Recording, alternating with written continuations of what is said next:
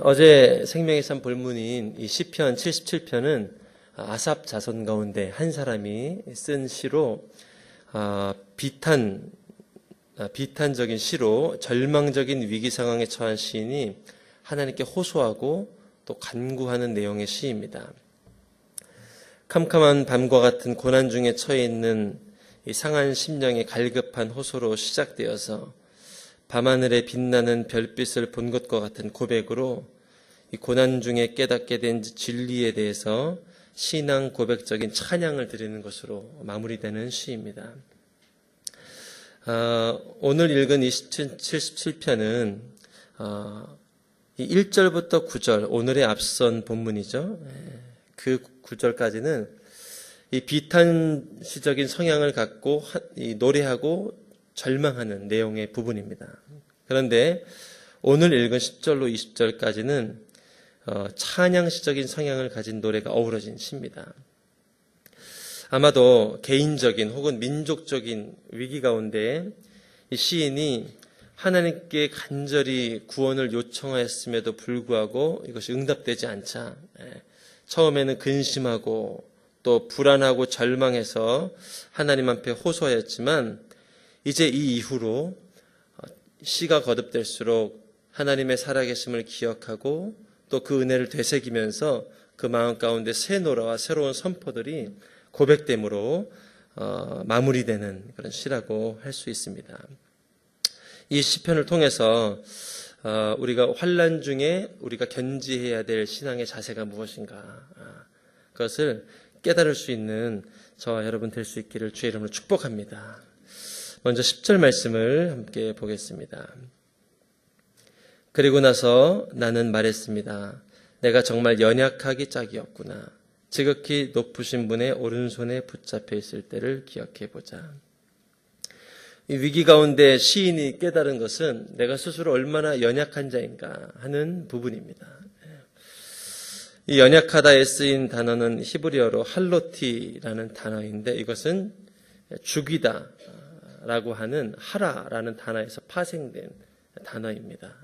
다시 말해서 죽을 만큼 힘들고 내가 연약한 가운데 빠져 있다라고 고백하는 부분이라 할 수 있습니다.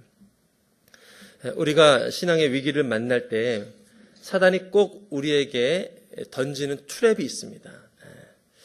그리고 그 트랩은 우리가 항상 알면서도 당할 수밖에 없는 트랩이기도 합니다.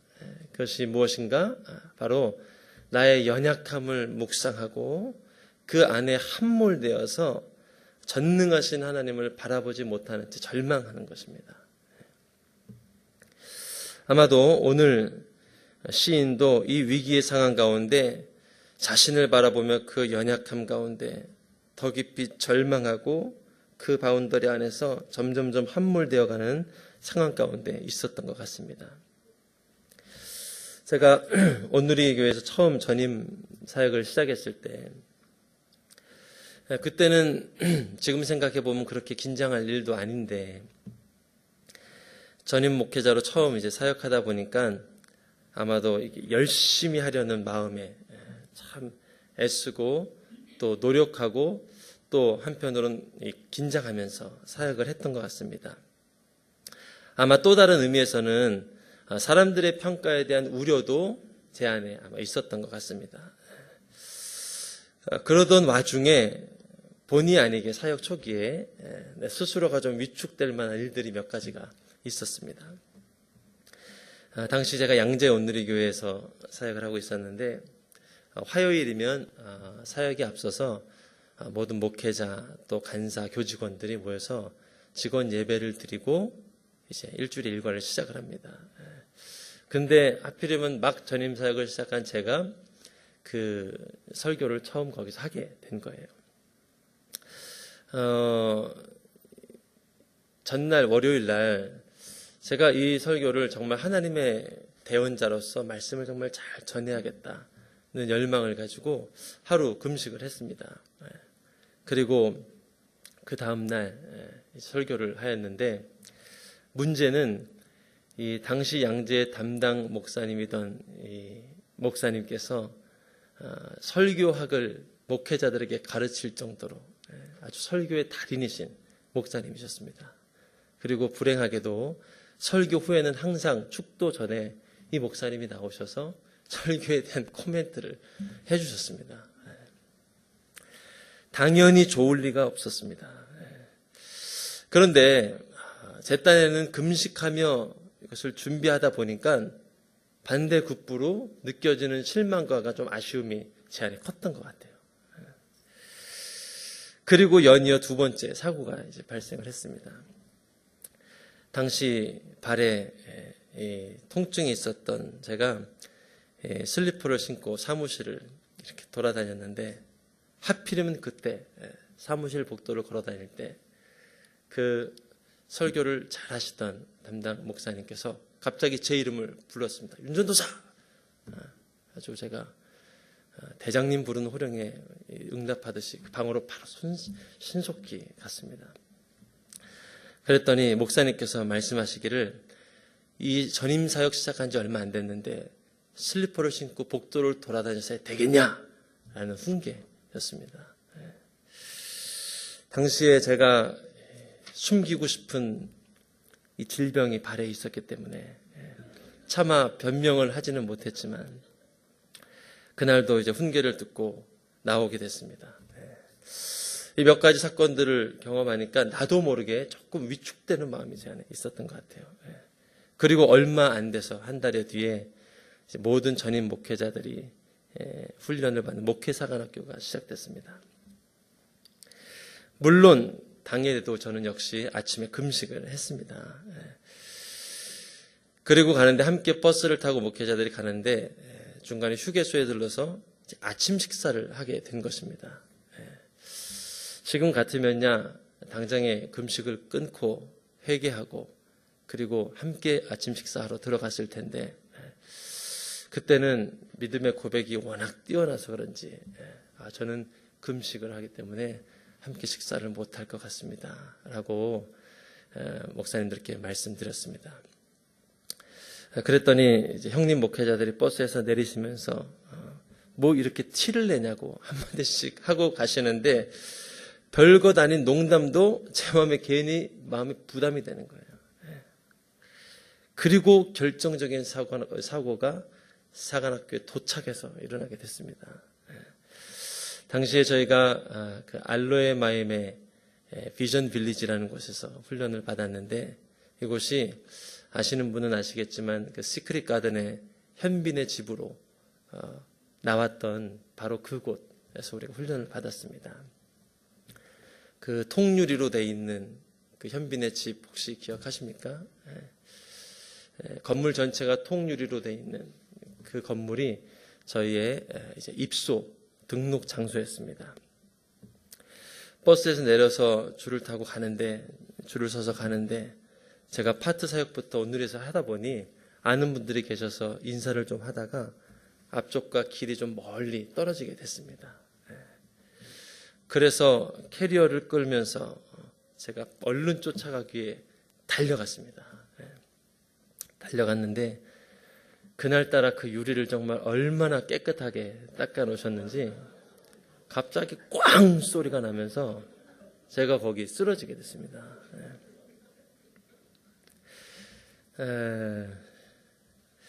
그리고 잠깐 제가 의식을 잃었던 것 같은데 그리고 이렇게 다시 눈을 떠보니 제 귀에 처음 들린 목소리가 당시 등록을 담당하셨던 김상수 목사님께서 무전으로 사고 발생 하면서 본부에다 연락을 취하고 있는 걸 제가 들었습니다. 꽤 큰 사고였던 것 같고 제 입술에 유리가 깨어졌고 제 입술에 유리가 파편이 좀 들어갔습니다.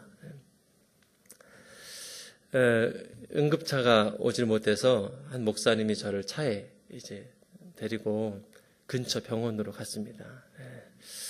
한편으로 걱정도 되고 또 그래서 별일 없길 바라고 진료를 받았는데 다행히 의사 선생님께서 아무 일 없다고 괜찮다고 말씀을 하시더라고요. 근데 그 얘기를 또 듣고 나니까 한편으로 감사하면서도 이제 돌아갈 일이 너무 부끄러운 거예요. 그래서 제가 선생님께 말씀드렸습니다. 더 머물고 싶은 마음에 제 입속에 유리 파편이 들어가서 이것 좀 검사 받아야 되겠습니다 했더니 아무 이상 없다고 물로 헹구고 그러면 된다고 해서 그대로 저를 돌려 보내줬습니다. 그 당시 깨어진 유리가 사실 건물 외벽용 강화 유리라서 어지간해선 깨어지지 않는다고 얘기를 하더라고요. 근데 그 유리가 제가 얼마나 달렸는지 깨진 거예요. 지금이야 이렇게 얼마나 웃고 재밌게 간증을 제가 하고 있는데 그때는 그 일까지 겹치면서 제 마음이 참 어려웠던 것 같아요. 그리고 영거푸 그런 일을 당하고 목장 안에서 그런 일을 또 당하고 나니까 그날 하루를 지내는데 쓸데없는 걱정과 고민에 자꾸 제가 함몰이 되더라고요. 그리고 다른 목회자들에 비해서 한 150여 명의 전임 목회자들이 있는데 내 자신이 갑자기 너무 작아 보이고 그리고 오늘 이게 처음 온 목회자들도 잘 적응하고 있는 것 같은데 갑자기 제 마음 가운데 그런 어떤 눌리는 생각들이 찾아오게 된 거예요. 그리고 한편으로는 또 억울하기도 했습니다. 이번 사역을 또 훈련을 잘 받아보고자 아침에 금식까지 하면서 입소했는데 왜 이런 일을 내가 하필이면 당했을까 하는 생각도 들더라고요. 그러더니 그날 하루 이것이 제 마음에 이제 깊은 디프레스로 갑자기 찾아오기 시작했습니다. 하루 일과를 마치고 제가 숙소로 들어왔는데 대여섯 명의 목회자들이 한 방을 이루어서 사용했습니다. 근데 잠이 오지를 않았습니다. 그 밤에. 그리고 1시간여 뒤척이다가 밖으로 나왔습니다. 그리고 하나님께 기도하고 싶어졌습니다. 물론 그 방 안에 있는 화장실을 쓸 수도 있는데 목회자들이 계속 들락날락거리니까 밖으로 나와서 추운 공용 화장실에 제가 들어갔습니다. 그리고 그곳에서 한 1시간 가까이 또 기도를 했던 것 같아요. 그런데 오늘 이 시편 기자의 고백처럼 어느 순간에 내가 이 쓸데없는 걱정과 자꾸 내 안의 것을 묵상하는 이 일에서 좀 벗어나야겠다라는 생각을 했던 것 같아요. 그리고 지금은 참 부끄러운 얘기지만 그 변기에 앉아서 찬양하고 또 속으로 기도하고 선포하면서 그 하나님의 은혜를 좀 이렇게 노래하기 시작했어요. 참 희한한 것은 그 가운데 누가 나를 부르셨는가, 또 누가 나를 이곳에 세우셨는가, 또 누가 나를 인도하고 계시는가, 또 내가 누구를 바라보면서 사역을 해야 되는가, 이런 부분에 대해 있어서 다시 한번 제 마음이 새롭게 되더라고요. 물론 처음에는 열심히 섬겨보고자 하는 의욕이 어떻게 보면 건강한 의욕이었겠죠. 있었으나 그것이 조금 시간이 지나면서 나도 모르게 사람들에게 인정받고 싶어하는 마음, 그리고 리더를 순종하고 따르기를 넘어서서 두려워하는 마음이 제 안에 찾아오자 이런 어려움과 내면의 문제들이 시작된 것 같다는 생각이 들었습니다. 그러면서 주님이 나를 이곳에 세우셨고 또 주님이 나를 인도하시고 내 앞길도 주께서 이끌어가고 계십니다. 이 하나님의 부르심을 바라보고 주목하며 나아가자 제 마음 가운데 주님 부르셨던 그 평안함과 마음의 회복, 이제는 무엇을 열심히 하려 할 필요도 없고 안 하려 할 필요도 없고 또 인정받으려 할 필요도 없고 받지 않으려 할 필요도 없고 이 모든 것에서 좀 자유로워진 마음과 고백들을 하나님께서 주시는 것을 느낄 수가 있었습니다. 우리는 주님의 부르심 안에 있을 때 비로소 이 참된 자유함을 경험하게 되는 줄로 믿습니다. 또 주님의 능력 안에 있을 때 우리의 마음 가운데 참된 주님의 평안이 찾아오는 줄로 믿습니다. 오늘 시인도 오늘 10절에서 자신의 연약함을 묵상하던 그 관점에서 벗어나서 이제 새로운 한 가지를 결단하며 나아가기로 결정합니다. 그것이 11절, 12절 말씀입니다. 우리 11절, 12절 말씀 한번 읽어주시면 좋겠습니다. 시작.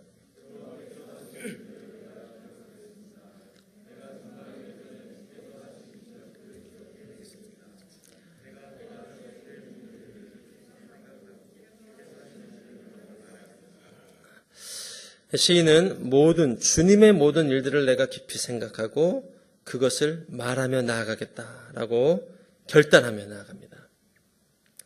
여기서 12절에 내가 주님을 깊이 생각하다라고 했는데 이것은 히브리어로 시야흐라는 단어입니다. 그것만을 생각하다, 명상에 잠기다, 깊은 명상에 잠기다라는 의미를 가지고 있는데 그저 단순히 한두 번 생각하고 기억하는 것이 아니라 그것을 되뇌이고 그것을 묵상하고 그것을 깊이 노래한다는 의미를 가지고 있는 단어입니다. 그리고 이러한 시인의 묵상을 토대로 오늘 이 시편 77편은 1절부터 10절까지와는 전혀 다른 노래가 11절부터 시작되기 시작합니다. 조금 전 10절까지만 해도 비탄에 빠져서 어찌할 바를 모르고 나같이 연약한 사람이 따로 없구나 라고 절망하고 한심하며 낭망한 채 나아갔었는데 이 결단 이후로는 그의 입술을 통해서 찬양과 또 하나님의 위대한 일에 대한 선포의 고백들이 흘러나오게 됩니다. 여호와를 묵상하되 그것을 깊이 묵상하고 여호와를 생각하되 다른 생각들이 나를 해하거나 사로잡지 못하도록 주님의 말씀만을 깊이 묵상하는 것, 그것이 우리의 고백과 노래를 새롭게 하는 것인 줄로 믿습니다. 저희 부모님은 장로교에서 신앙생활을 시작하셨습니다. 그런데 희한하게도 기도원은 오순절에 순복음 기도원을 다니셨습니다. 그래서 그런지 기도 습관은 오순절 교단의 영향을 많이 받으셨습니다. 저도 그 부모님 밑에서 자라다 보니 그런 기도의 영향을 많이 받게 된 것 같아요. 침묵보다는 소리내어 기도하는 것이 편하고 또 통성 기도나 방언 기도를 좋아했던 것 같습니다. 그런데 그런 제 신앙의 기도 습관에 어떤 변화가 나타난 적이 있습니다. 신학교 시절에 침묵기도 훈련을 한 적이 있는데 별로 관심은 없었지만 나도 한번 배워보고자 하는 마음에 참석을 했습니다. 그런데 그 훈련이 너무 힘들었습니다. 침묵하면서 하나님을 묵상하고 또 기도하는데 일단 기도에 집중하기가 힘들었고 또 수많은 잡념들 때문에 온전히 기도를 드리기가 어려웠습니다.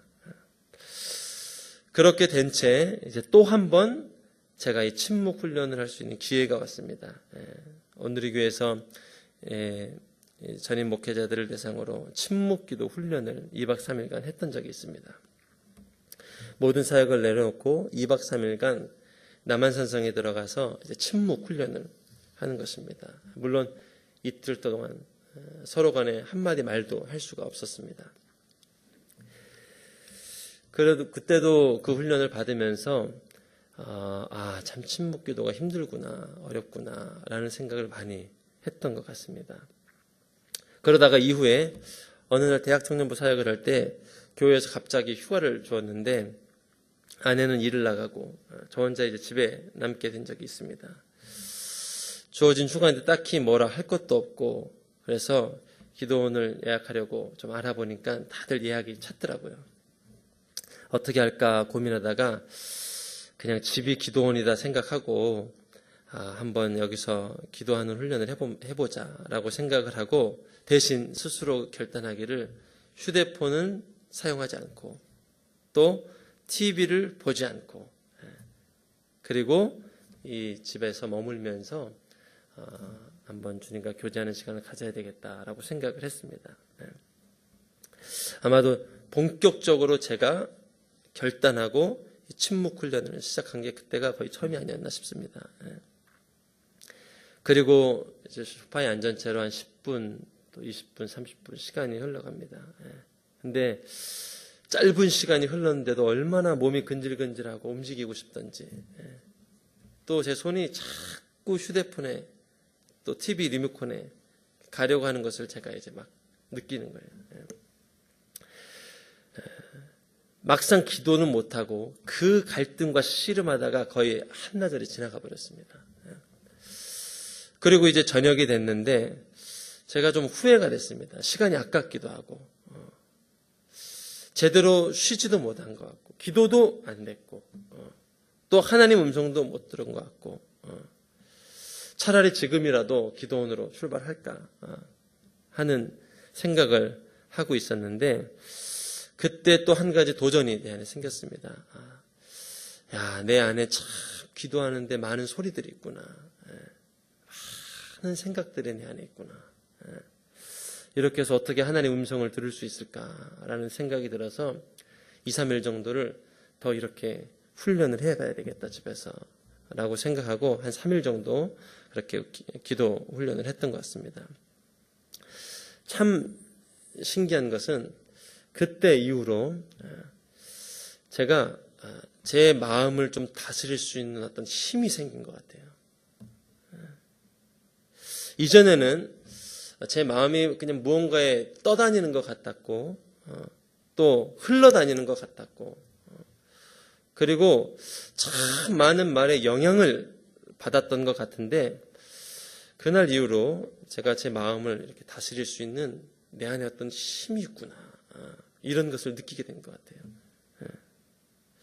더 나아가서 이제는 내가 해야 될 생각 또 잡아야 될 생각들을 붙잡을 수 있게 되고 하지 말아야 될 생각 이런 생각들은 결단해서 안 할 수 있는 힘들이 점점 제 안에 생기는 것을 느낄 수 있겠더라고요. 이 능력이 참 중요한 것 같습니다.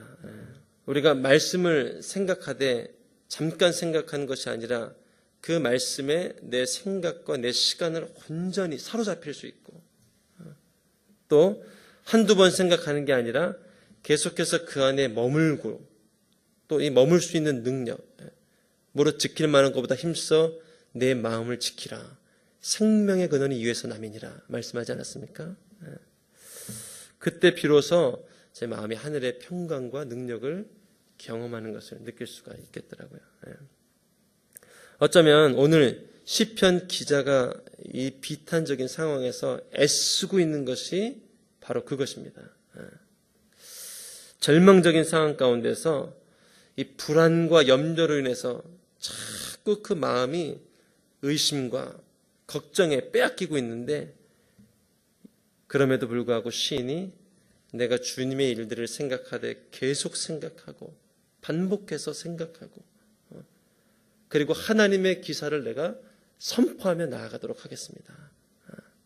그리고 놀랍게도 이것이 이 시인의 영혼을 다시 깨워주고 또 독수리처럼 그 영혼이 비상해서 앞절과는 전혀 다른 고백과 찬양으로 하나님을 노래할 수 있는 시가 완성이 된 줄로 믿습니다. 오늘 이 능력을 주시는 주님을 바라보면서 우리의 마음과 우리의 심령을 다스릴 수 있는 그 하나님의 말씀 앞에 우리의 생각이 머물고 그것만을 집중할 수 있도록 기도하며 나갈 수 있는 저와 여러분 될 수 있기를 주의 이름으로 축복합니다. 마지막으로 우리 19절 말씀 함께 보도록 하겠습니다. 한번 읽어주시겠습니까? 시작. 주의 길이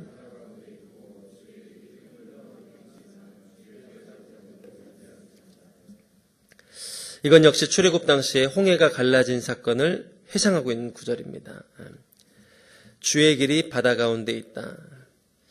이 하나님께서 바다를 가르셨다고 말하지 않고 주님의 길이 바다 가운데 있었습니다. 다시 말해서 가나안 땅으로 이끄는 그 주님의 길이 이 바다 한가운데 있었습니다. 라고 이 기자가 고백하고 있는 것입니다. 이를테면 홍해라는 것이 건널 수 없는 장애물이었는데 그것마저 길이 되어서 하나님께서 우리를 약속의 땅으로 인도해 주셨습니다. 그러니 오늘도 내 인생의 장애물에 하나님이 길을 내어 주십시오 라고 기도하고 있는 장면입니다. 요즘에 올림픽이 진행 중인데 새로운 기록으로 신기원을 열고자 하는 피땀 어린 선수들의 열심과 훈련이 불가능하게 여겨지는 기록의 한계를 넘어서고 또 계속해서 이 신기록으로 새로운 지평으로 다음 선수들을 이끌어주고 있는 것을 볼 수가 있습니다. 아마도 그 효시가 될 만한 사람 중에 한 명이 로저 베니스타라는 육상 선수가 아닐까 싶습니다. 1950년대까지만 해도 1마일을 4분 안에 달리려면 인간의 폐와 심장이 파멸할 것이다 라는 것이 지배적인 의사들의 의견이었다고 합니다. 1954년까지 50개 이상의 의학 잡지에서 인간이 1마일을 4분대에 달린다는 것은 불가능하다라고 기사를 썼다고 합니다. 그런데 1954년 한 달에 10명의 선수가 이 기록을 깼고 1년 후엔 37명 그리고 2년 만에 300명이 이 기록을 깼다고 얘기하고 있습니다. 그러면 이 1954년에 무슨 일이 벌어진 걸까?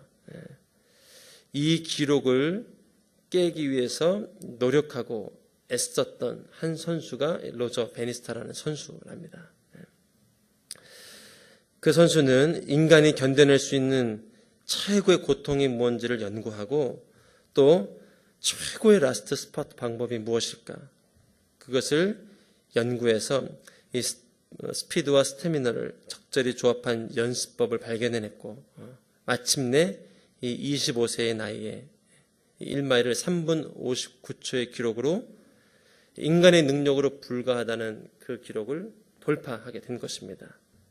그리고 그 선수가 불가능하다는 지평을 길을 열자 그 해에만 37명의 선수가 이것을 디딤돌 삼아서 그 기록을 깨게 되었다는 것입니다.